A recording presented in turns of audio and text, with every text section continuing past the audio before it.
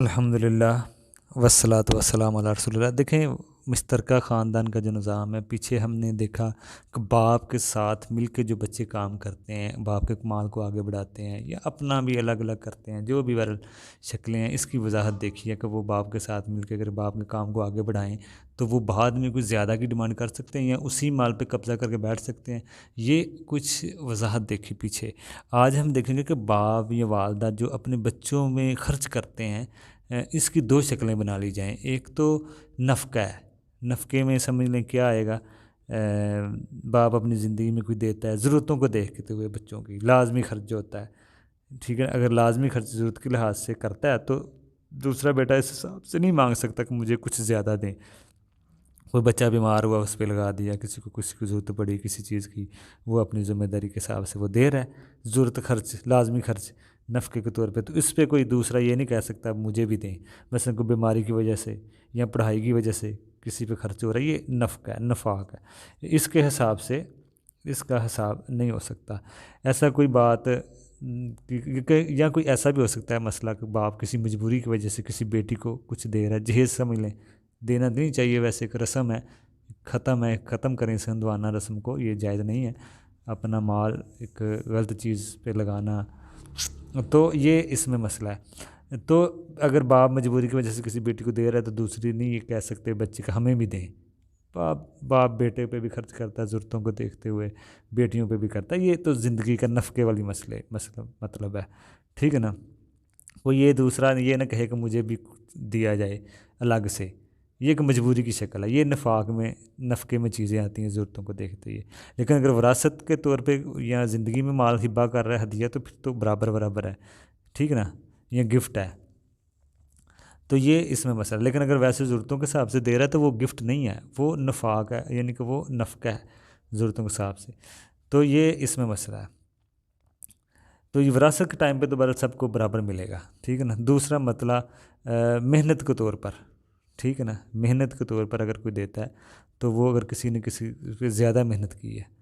ٹھیک ہے نا، اگر کسی بیٹے نے، پہلا تو مسئلہ یہ واضح ہوگا کہ اگر زندگی میں دینا ہے اپنی خوشی سے، نفقے میں تو انصاف جو ہے نا وہ ضرورتوں کے حساب سے دیکھا جا سکتا ہے، اوپر نیچے ہو سکتا ہے، لیکن اگر خوشی سے دے رہا ہے، مال پراپرٹی جائیداد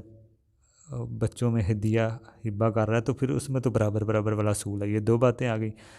لیکن یہ شکل ہے کہ تیسرا کہ جب محنت کی ہے بیٹے نے کسی باپ کو، یعنی کہ زیادہ دیا ہے، محنت کر کے اس کو مال کو آگے بڑھایا ہے، تو وہ اس میں باپ کو زندگی میں ہی اس کی محنت کی وجہ سے وہ کچھ زیادہ دے سکتا ہے باپ، یہ بھی ایک شکل ہے، ٹھیک ہے نا۔ اس کی محنت کی وجہ سے باقیوں سے زیادہ دے رہا ہے کیونکہ اس نے محنت زیادہ کی ہے، باپ کے مال کو ہی آگے بڑھایا، تو محنتانہ کے طور پر اس کو دے رہا ہے۔ مرنے کے بعد نہیں وہ کہہ سکتا کہ مجھے ابا کے مال میں زیادہ دے دیا جائے، تو وہ محنت کے حوالے سے مانگ سکتا ہے اپنے باپ سے، بعد میں نہیں، ٹھیک ہے نا۔ تو اگر والد دے بھی رہا ہے تو دوسروں کو اعتراض نہیں کرنا چاہیے کیونکہ اس کی محنت کی وجہ سے اس کو مل رہا ہے، ٹھیک ہے نا۔ تیسرا ہوتا ہے گفٹ، ہدیہ، مثال کے طور پہ کوئی جگہ پراپرٹی، تو اس میں تو برابر ہے، گفٹ کے طور پر سب پہ، ہدیہ کے طور پہ سب پہ برابر آئے گا، لیکن محنت کے طور پہ فرق پڑ سکتا ہے، ضرورتوں کو دیکھتے ہوئے فرق پڑ سکتا ہے۔ یہ صحیح بخاری کی حدیث ہے نعمان بن بشیر سے کہ جب اپنے بچوں میں زندگی میں مال دیں تو سب میں برابر دیں، چاہے یہ بہتر شکل نہیں ہے، وراثت والا مال بہتر ہے، شکل وہی بہتر شکل ہے، لیکن یہ فیشن آج کل چل رہا ہے، برحال اس کو ختم ہونا چاہیے، لیکن پھر بھی اجازت ہے، کوئی دینا چاہے تو خوشی میں وہ سب میں برابر۔ تو یہ ہمارے مسائل ہیں، یہ کم از کم یہ ہمارے سمجھ لیں 50 کے اوپر پارٹ بن گئے ہیں، تو یہ کہ کورس کی شکل بھی ہے، اس میں تفصیل بھی ہے، اس میں ان پارٹ میں سمجھ لیں وراثت کا کورس بھی کرایا گیا ہے، موٹے مسائل دیکھے گئے ہیں، ماں باپ کی وراثت میں بچوں کا حصہ، بچوں کی وراثت میں ماں باپ کا حصہ، دادا دادی نانی کا حصہ، بیٹی پوتا بہن بھائیوں کو تینوں قسم کے حصے، یہ ساری ہم نے اس میں وضاحت دیکھی، اور کہیں پہ بھی کمی کوتاہی ہو اگر اس میں ہوئی ہو تو ہم معافی چاہتے ہیں، اللہ تعالی ہماری کمی کوتاہی کو معاف کرے۔ یہ ذرا پیچیدہ مسائل ہیں، بات بولنے میں بعض کا مسئلہ ہو جاتا ہے اوپر نیچے،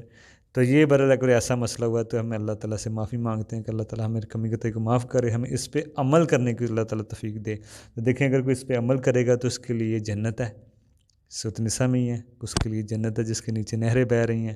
یہ اس علم کو اگر کوئی عمل کرے اور اس کے لیے تو اجر ہے، لیکن اس علم کے کوئی خلاف چلے، اس کی حدود کو کراس کرے، سنت کو لحاظ نہ رکھے، کسی کا حق مارے، اس کے لیے جہنم بھی ہے، سخت وعیدیں ہیں ہمیشہ کی جہنم، اور ذلیل اور رسوا کرنے والا عذاب ہے۔ تو ہمیں چاہیے کہ اس مسائل کو سیکھیں، آگے لوگوں کو بھی سکھائیں، اس علم کی جہالت دیکھیں۔ اللہ کے نبی نے فرمایا کہ یہ سب سے پہلے اٹھایا جائے گا، اور اس پہ آپ اکثر دیکھیں گے بہت کم بات ہوتی ہے، ٹھیک ہے نا۔ یہ جو معاملہ آتا ہے نا، یہ سمجھ لیں جیسے نماز روزے پہ شریعت کے ہم پابند ہیں، شریعت ہمیں گائیڈ کر رہی ہے کہ آپ نماز روزہ اس طرح ہی پڑھیں گے تو قبول ہے، تو اسی طرح اور جو معاملات ہیں، وراثت کے ہیں، زکوٰۃ کے ہیں، تجارت کے ہیں، شادی بیاہ کے ہیں، وہاں پہ بھی ہمیں یہ شریعت کو دیکھنا چاہیے۔ ہم اس میں آزاد نہیں ہیں کہ جس طرح چاہے کریں۔ تو وراثت کا علم ہو، کوئی بھی ہو، تو اس میں علم ہونا ضروری ہے، اور اس کے بارے میں ہم ہم نے اس کی تفصیل دیکھی، بہت سارے معاملات اس میں دیکھے ہیں۔ تو ہر کام جو بھی ہمیں کرنا چاہیے، وہ یہ نہیں کہ ہماری صرف دینداری مسجد تک ہی ہو۔ دیکھیں مسجد میں جو عبادت ہے وہ ٹھیک ہے، نماز افضل عبادت ہے، لیکن یہ 30% سمجھ لیں ہماری عبادت مسجد میں، باقی 70% مسجد کے باہر ہے۔ وہ نکاح کے مسائل ہیں، وہ تجارت کے مسائل ہیں، وہ حرام و حلال کے مسائل ہیں، نکاح طلاق کے مسائل ہیں، معاملات ہیں، اخلاق ہے، تو وہ چیزیں بھی ہمیں سیکھنی چاہیے۔ تو یہ آج وراثت کا یہ کمپلیٹ ہے۔ کہیں پہ کسی کو سمجھ نہ آئے، سوال کر سکتے ہیں، نمبر لکھا ہوتا ہے۔ تو ہم اللہ تعالیٰ سے دعا کرتے ہیں ہم خود بھی اس پہ عمل کریں اور لوگوں کو بھی اس کی دعوت دیں اس علم کی۔ سبحانک اللہم و بحمدک اشہد ان لا الہ الا انت استغفرک و اتوب الیک۔ السلام علیکم۔